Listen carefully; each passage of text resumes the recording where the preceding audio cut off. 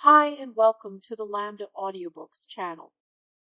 You are listening to the audiobook Dracula by Bram Stoker. This chapter is titled Chapter 4, Jonathan Harker 2's Journaler Continued. Beginning chapter. I awoke in my own bed. If it be that I had not dreamt, the Count must have carried me here. I tried to satisfy myself on the subject, but could not arrive at any unquestionable result. To be sure, there were certain small evidences, such as that my clothes were folded and laid by in a manner which was not my habit.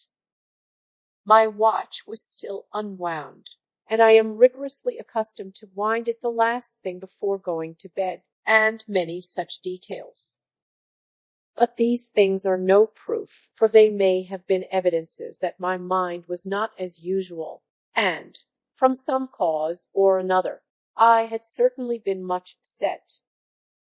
I must watch for proof. Of one thing I am glad. If it was that the Count carried me here and undressed me, he must have been hurried in his task.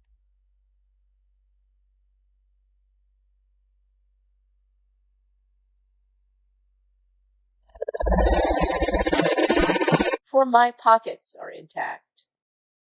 I am sure this diary would have been a mystery to him which he would not have broached. He would have taken or destroyed it. As I look round this room, although it has been to me so full of fear, it is now a sort of sanctuary, for nothing can be more dreadful than those awful women who are, waiting to suck my blood. 18 May. I have been down to look at that room again in daylight, for I must know the truth. When I got to the doorway at the top of the stairs, I found it closed. It had been so forcibly driven against the jamb that part of the woodwork was splintered. I could see that the bolt of the lock had not been shot, but the door is fastened from the inside.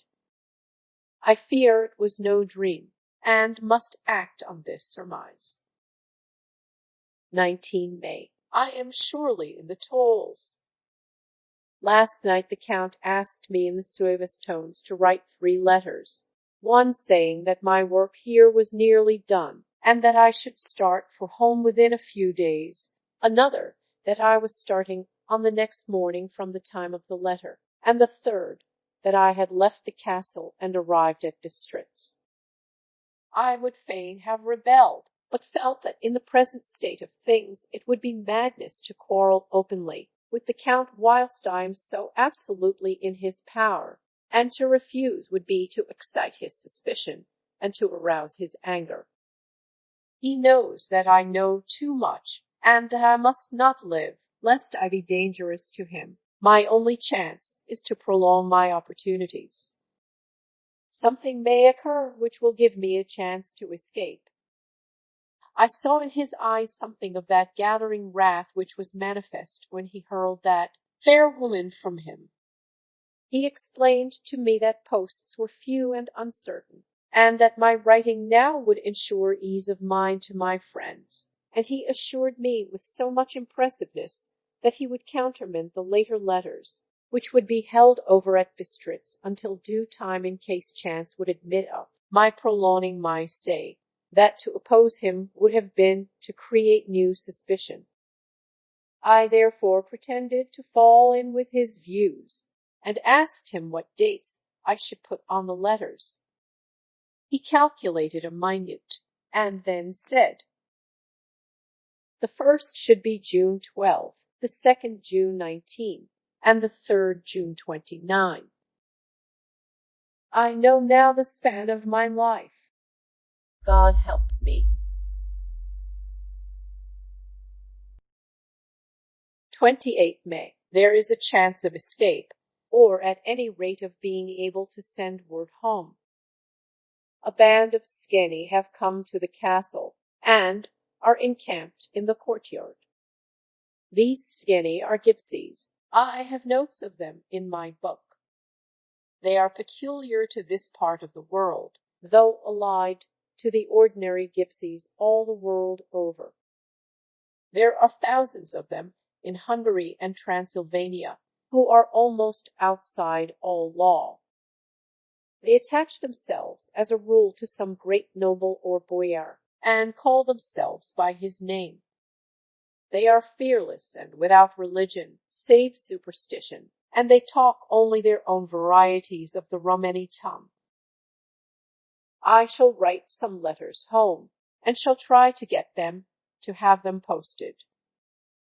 I have already spoken them through my window to begin acquaintanceship. They took their hats off and made obeisance and many signs, which, however, I could not understand any more than I could their spoken language. I have written the letters. Menace is in shorthand, and I simply asked Mr. Hawkins to communicate with her. To her I have explained my situation, but without the horrors which I may only surmise. It would shock and frighten her to death were I to expose my heart to her. Should the letters not carry, then the Count shall not yet know my secret, or the extent of my knowledge. I have given the letters. I threw them through the bars of my window with a gold piece, and made what signs I could to have them posted. The man who took them pressed them to his heart and bowed, and then put them in his cap. I could do no more. I stole back to the study, and began to read. As the Count did not come in, I have written here, The Count has come. He sat down beside me, and said in his smoothest voice as he opened 2 letters, The Skinny has given me these, of which, though I know not whence they come, I shall, of course, take care. See. He must have looked at it. One is from you, and to my friend Peter Hawkins. The other. Here he caught sight of the strange symbols as he opened the envelope, and the dark look came into his face, and his eyes blazed wickedly. The other is a vile thing, an outrage upon friendship and hospitality. It is not signed. Well, so it cannot matter to us. And he calmly held letter and envelope in the flame of the lamp till they were consumed.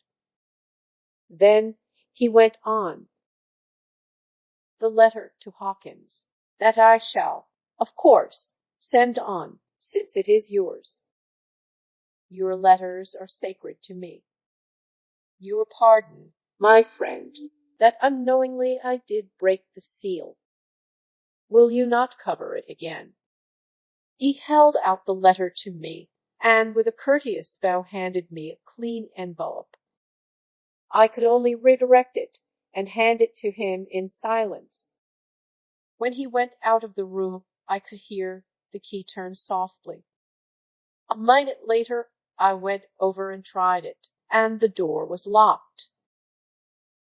When, an hour or 2 after, the Count came quietly into the room, his coming awakened me, for I had gone to sleep on the sofa. He was very courteous and very cheery in his manner, and seeing that I had been sleeping, he said, So, my friend, you are tired. Get to bed. There is the surest rest. I may not have the pleasure to talk tonight, since there are many labours to me, but you will sleep, I pray. I passed to my room and went to bed, and, strange to say, slept without dreaming. Despair has its own calms. 31 May. This morning when I woke, I thought I would provide myself with some paper and envelopes from my bag and keep them in my pocket, so that I might write in case I should get an opportunity. But again a surprise, again a shock. Every scrap of paper was gone, and with it all my notes, my memoranda relating to railways and travel, my letter of credit, In fact, all that might be useful to me were I once outside the castle. I sat and pondered a while, and then some thought occurred to me, and I made search of my portmanteau and in the wardrobe where I had placed my clothes. The suit in which I had travelled was gone, and also my overcoat and rug. I could find no trace of them anywhere. This looked like some new scheme of villainy. 17 June. This morning, as I was sitting on the edge of my bed cudgelling my brains, I heard without a cracking of whips and pounding and scraping of horses' feet up the rocky path beyond the courtyard. With joy I hurried to the window and saw drive into the yard 2 great lighter wagons, each drawn by 8 sturdy horses, and at the head of each pair a Slovak, with his wide hat, great nail-studded belt, dirty sheepskin, and high boots. They had also their long staves in hand. I ran to the door, intending to descend and try and join them through the main hall, as I thought that way might be opened for them. Again a shock. My door was fastened on the outside. Then I ran to the window and cried to them. They looked up at me stupidly and pointed, but just then the hetman of the skinny came out, and seeing them pointing to my window, said something, at which they laughed. Henceforth no effort of mine, no piteous cry or agonized entreaty, would make them even look at me. They resolutely turned away. The lighter wagons contained great, square boxes, with handles of thick rope. These were evidently emptied by the ease with which the Slovaks handled them, and by their resonance as they were roughly moved. When they were all unloaded and packed in a great heap in one corner of the yard, the Slovaks were given some money by the skinny, and spitting on it for luck, lazily went to his horse's head. Shortly afterwards, I heard the cracking of their whips die away in the distance. 24 June. Before morning, last night the Count left me early, and locked himself into his own room. As soon as I dared, I ran up the winding stair, and looked out of the window, which opened south. I thought I would watch for the Count, for there is something going on. The skinny are quartered somewhere in the castle, and are doing work of some kind. I know it, for now and then I hear a far-away muffled sound as of mattock and spade, and, whatever it is, it must be the end of some ruthless villainy. I had been at the window somewhat less than half an hour, when I saw something coming out of the Count's window. I drew back and watched carefully, and saw the whole man emerge. It was a new shock to me to find that he had on the suit of clothes which I had worn whilst travelling here, and slung over his shoulder the terrible bag which I had seen the women take away. There could be no doubt as to his quest, and in my garb, too. This, then, is his new scheme of evil, that he will allow others to see me, as they think, so that he may both leave evidence that I have been seen in the towns or villages posting my own letters, and that any wickedness which he may do shall by the local people be attributed to me.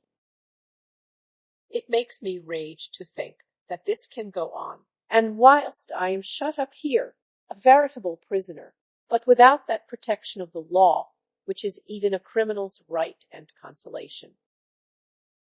I thought I would watch for the Count's return, and for a long time sat doggedly at the window. Then I began to notice that there were some quaint little specks floating in the rays of the moonlight. They were like the tiniest grains of dust, and they whirled round and gathered in clusters in a nebulous sort of way. I watched them with a sense of soothing, and a sort of calm stole over me. I leaned back in the embrasure in a more comfortable position, so that I could enjoy more fully aerial gamboling. Something made me start up. A low, piteous howling of dogs somewhere far below in the valley, which was hidden from my sight. Louder, it seemed to ring in my ears, and the floating motes of dust to take new shapes to the sound as they danced in the moonlight. I felt myself struggling to awake to some call of my instincts. Nay, my very soul was struggling, and my half-remembered sensibilities were striving to answer the call. I was becoming hypnotized. Quicker and quicker danced the dust. The moonbeams seemed to quiver as they went by me into the mass of gloom beyond. More and more they gathered till they seemed to take dim phantom shapes. And then I started, broad awake and in full possession of my senses, and ran screaming from the place. The phantom shapes, which were becoming gradually materialized from the moonbeams, were those of the three ghostly women to whom I was doomed. I fled, and felt somewhat safer in my own room, where there was no moonlight and where the lamp was burning brightly. When a couple of hours had passed, I heard something stirring in the Count's room, something like a sharp wail quickly suppressed, and then there was silence, deep, awful silence, which chilled me. With a beating heart, I tried the door, but I was locked in my prison, and could do nothing. I sat down and simply cried. As I sat, I heard a sound in the courtyard without, the agonized cry of a woman. I rushed to the window, and throwing it up, peered out between the bars. There, indeed, was a woman with dishevelled hair, holding her hands over her heart as one distressed with running. She was leaning against a corner of the gateway. When she saw my face at the window, she threw herself forward and shouted in a voice laden with menace, "Monster, give me my child." She threw herself on her knees, and, raising up her hands, cried the same words in tones which wrung my heart. Then she tore her hair and beat her breast, and abandoned herself to all the violences of extravagant emotion. Finally, she threw herself forward, and, though I could not see her, I could hear the beating of her naked hands against the door. Somewhere high overhead, probably on the tower, I heard the voice of the Count calling in his harsh, metallic whisper. His call seemed to be answered from far and wide by the howling of wolves. Before many minutes had passed, a pack of them poured, like a pent-up dam when liberated, through the wide entrance into the courtyard. There was no cry from the woman, and the howling of the wolves was but short. Before long they streamed away singly, licking their lips. I could not pity her, for I knew now what had become of her child, and she was better dead. What shall I do? What can I do? How can I escape from this dreadful thing of night and gloom and fear? 25 June. Morning. No man knows till he has suffered from the night how sweet and how dear to his heart and other morning can be. When the sun grew so high this morning that it struck the top of the great gateway opposite my window, the high spot which it touched seemed to me as if the dove from the ark had lighted there. My fear fell from me as if it had been a vaporous garment which dissolved in the warmth. I must take action of some sort whilst the courage of the day is upon me. Last night one of my post-dated letters went to post, the first of that fatal series which is to blot out the very traces of my existence from the earth. Let me not think of it. Action. It has always been at night time that I have been molested or threatened, or in some way in danger or in fear. I have not yet seen the Count in the daylight. Can it be that he sleeps when others wake, that he may be awake whilst they sleep? If I could only get into his room! But there is no possible way. The door is always locked. No way for me. Yes, there is a way, if one dares to take it. Where his body has gone, why may not another body go? I have seen him myself crawl from his window. Why should not I imitate him, and go in by his window? The chances are desperate, but my need is more desperate still. I shall risk it. At the worst, it can only be death, and a man's death is not a calf's, and the dreaded hereafter may still be open to me. God help me in my task. Goodbye, Mena, if I fail. Goodbye, my faithful friend and second father. Goodbye, all, and last of all, Mena. Same day, later, I have made the effort, and God, helping me, have come safely back to this room. I must put down every detail in order. I went whilst my courage was fresh straight to the window on the south side, and at once got outside on the narrow ledge of stone which runs around the building on this side. The stones are big and roughly cut, and the mortar has by process of time been washed away between them. I took off my boots and ventured out on the desperate way. I looked down once, so as to make sure that a sudden glimpse of the awful depth would not overcome me, but after that kept my eyes away from it. I knew pretty well the direction and distance of the Count's window, and made for it as well as I could, having regard to the opportunities available. I did not feel dizzy. I suppose I was too excited, and the time seemed ridiculously short, till I found myself standing on the window-sill and trying to raise up the sash. I was filled with agitation.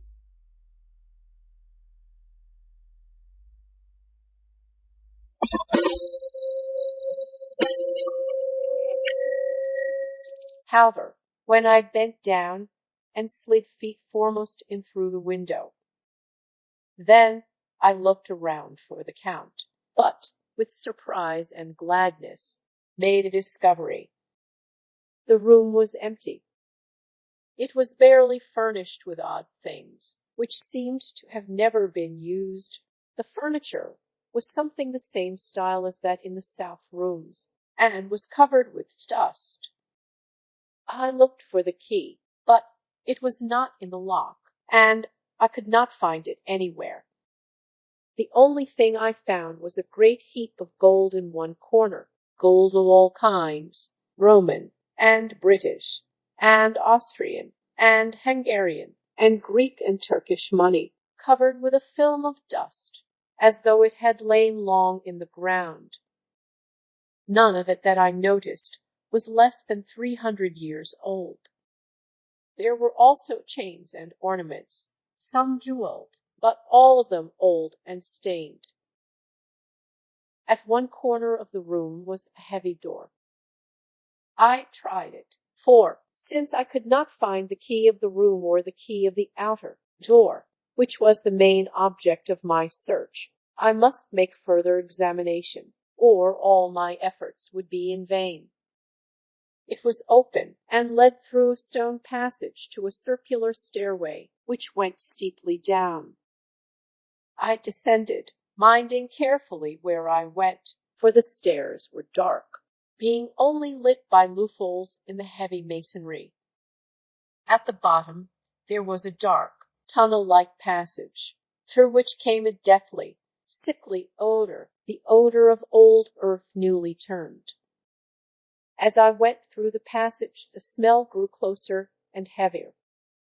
At last I pulled open a heavy door which stood ajar, and found myself in an old, ruined chapel, which had evidently been used as a graveyard. The roof was broken, and in two places were steps leading to vaults, but the ground had recently been dug over, and the earth placed in great wooden boxes, manifestly those which had been brought by the Slovaks.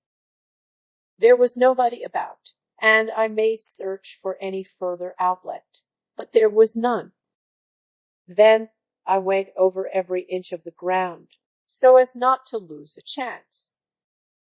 I went down even into the vaults, where the dim light struggled, although to do so was a dread to my very soul.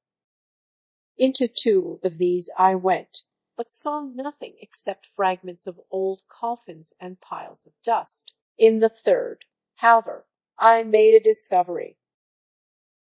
There, in one of the great boxes, of which there were 50 in all, on a pile of newly dug earth, lay the Count.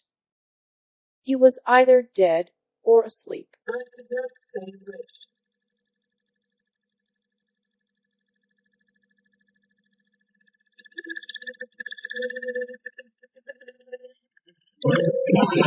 For the eyes were open and stony, but without the glasses of death, and the cheeks had the warmth of life through all their pallor. The lips were as red as ever, but there was no sign of movement, no pulse, no breath, no beating of the heart.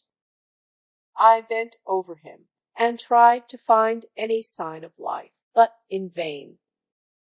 He could not have lain there long, for the earthy smell would have passed away in a few hours.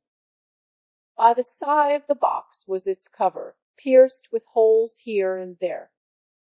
I thought he might have the keys on him, but when I went to search I saw the dead eyes, and in them, dead though they were, such a look of hate, though unconscious of me or my presence, that I fled from the place, and leaving the Count's room by the window, crawled again up the castle wall.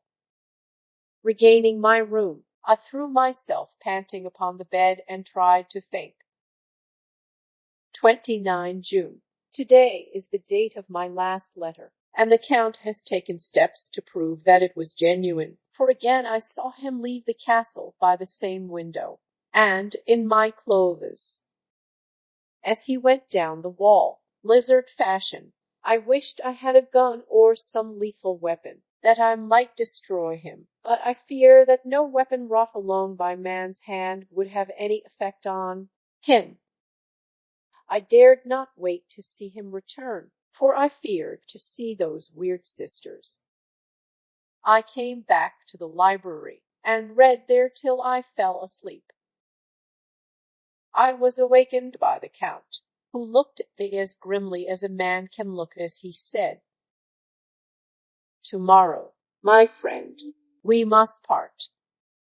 You return to your beautiful England, I to some work which may have such an end that we may never meet. Your letter home has been dispatched. Tomorrow I shall not be here, but all shall be ready for your journey.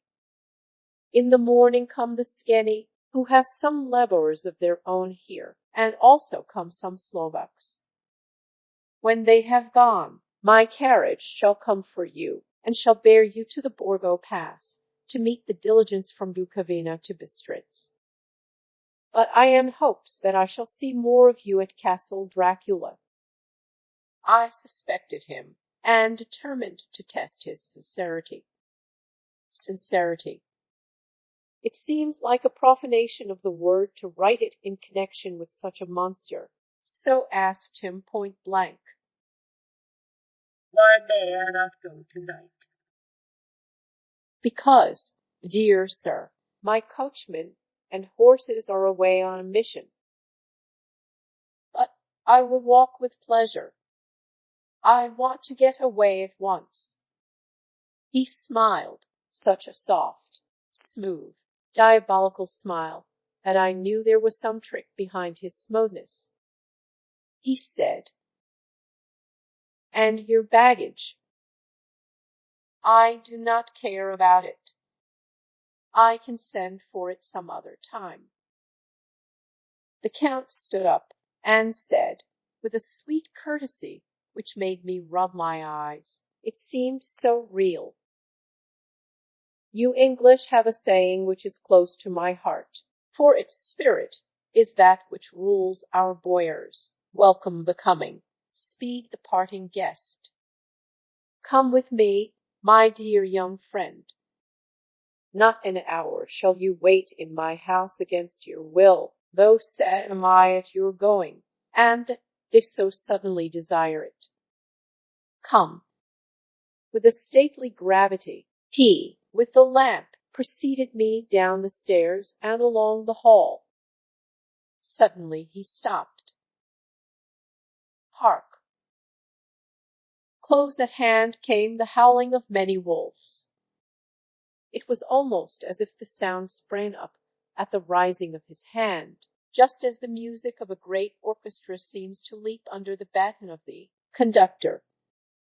After a pause of a moment, he proceeded, in his stately way, to the door, drew back the ponderous bolts, unhooked the heavy chains, and began to draw it open. To my intense astonishment, I saw that it was unlocked. Suspiciously, I looked all round, but could see no key of any kind. As the door began to open, the howling of the wolves without grew louder and angrier. Their red jaws, with champing teeth, and their blunt-clawed feet as they leaped, came in through the opening door. I knew then that to struggle at the moment against the Count was useless. With such allies as these at his command, I could do nothing. But still the door continued slowly to open, and only the Count's body stood in the gap. Suddenly it struck me that this might be the moment and means of my doom. I was to be given to the wolves, and at my own instigation. There was a diabolical wickedness in the idea great enough for the Count, and as a last chance, I cried out, "Shut the door, I shall wait till morning," and covered my face with my hands to hide my tears of bitter disappointment. With one sweep of his powerful arm, the Count threw the door shut, and the great bolts clanged and echoed through the hall as they shot back into their places. In silence we returned to the library, and after a minute or two I went to my own room. The last I saw of Count Dracula was his kissing his hand to me, with a red light of triumph in his eyes, and with a smile that Judas in hell might be proud of. When I was in my room and about to lie down, I thought I heard a whispering at my door. I went to it softly and listened. Unless my ears deceived me, I heard the voice of the Count. "To your own place. Your time is not yet come. Wait. Have patience. Tonight is mine. Tomorrow night is yours." There was a low, sweet ripple of laughter, and in a rage I threw open the door, and saw without the three terrible women licking their lips. As I appeared, they all joined in a horrible laugh, and ran away. I came back to my room and threw myself on my knees. It is then so near the end. Tomorrow. Tomorrow. Lord, help me, and those to whom I am dear. 30 June, morning. These may be the last words I ever write in this diary.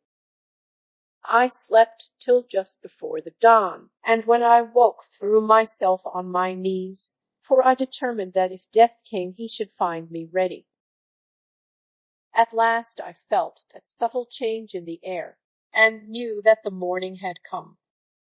Then came the welcome cock-crow, and I felt that I was safe. With a glad heart, I opened my door and ran down to the hall. I had seen that the door was unlocked, and now escape was before me. With hands that trembled with eagerness, I unhooked the chains and drew back the massive bolts. but the door would not move. Despair seized me. I pulled and pulled at the door and shook it till, massive as it was, it rattled in its casement. I could see the bolt shut. It had been locked after I left the Count. Then a wild desire took me to obtain that key at any risk, and I determined then and there to scale the wall again and gain the Count's room. He might kill me, but death now seemed the happier choice of evils. Without pause I rushed up to the east window and scrambled down the wall, as before, into the Count's room. It was empty.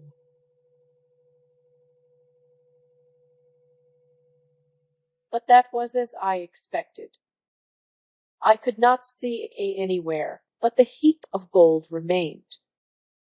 I went through the door in the corner and down the winding stair and along the dark passage to the old chapel. I knew now well enough where to find the monster I sought. The great box was in the same place, close against the wall, but the lid was laid on it, not fastened down, but with the nails ready in their places to be hammered home. I knew I must reach the body for the key, so I raised the lid and laid it back against the wall, and then I saw something which filled my very soul with horror.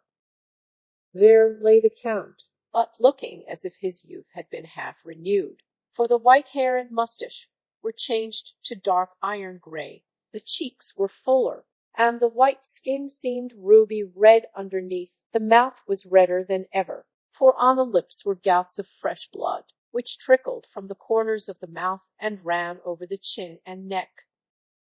Even the deep, burning eyes seemed set amongst swollen flesh, for the lines and pouches underneath were bloated.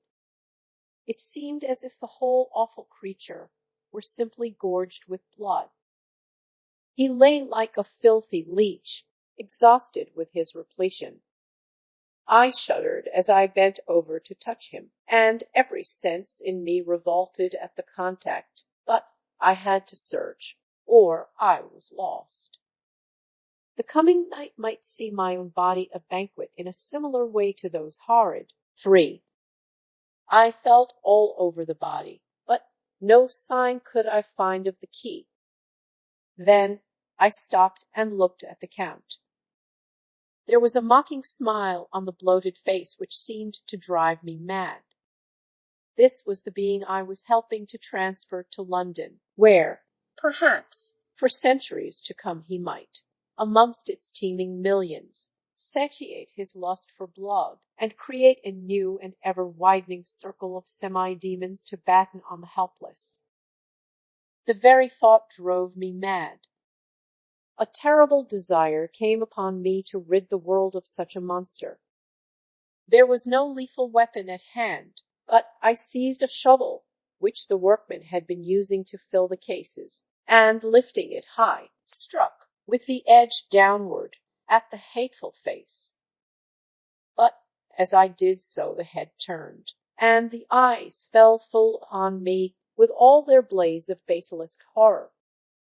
The sight seemed to paralyze me, and the shovel turned in my hand and glanced from the face, merely making a deep gash above the forehead. The shovel fell from my hand across the box, and as I pulled it away the flange of the blade caught the edge of the lid, which fell over again, and hid the horrid thing from my sight.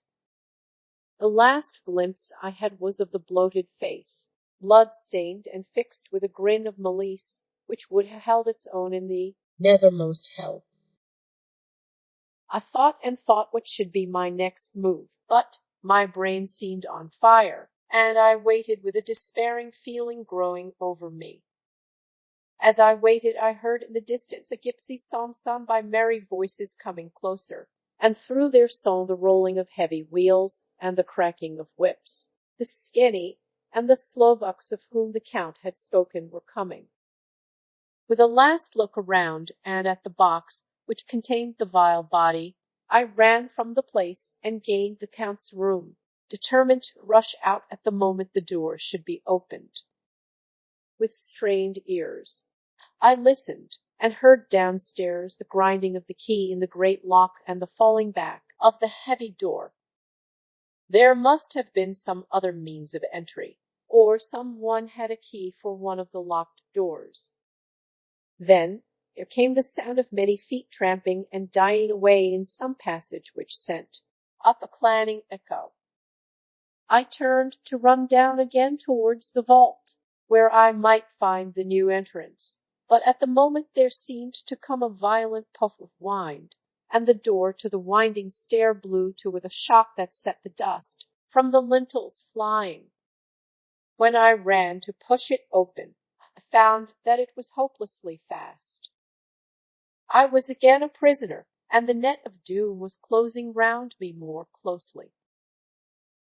As I write, there is in the passage below a sound of many tramping feet and the crash of weights being set down heavily, doubtless the boxes, with their freight of earth.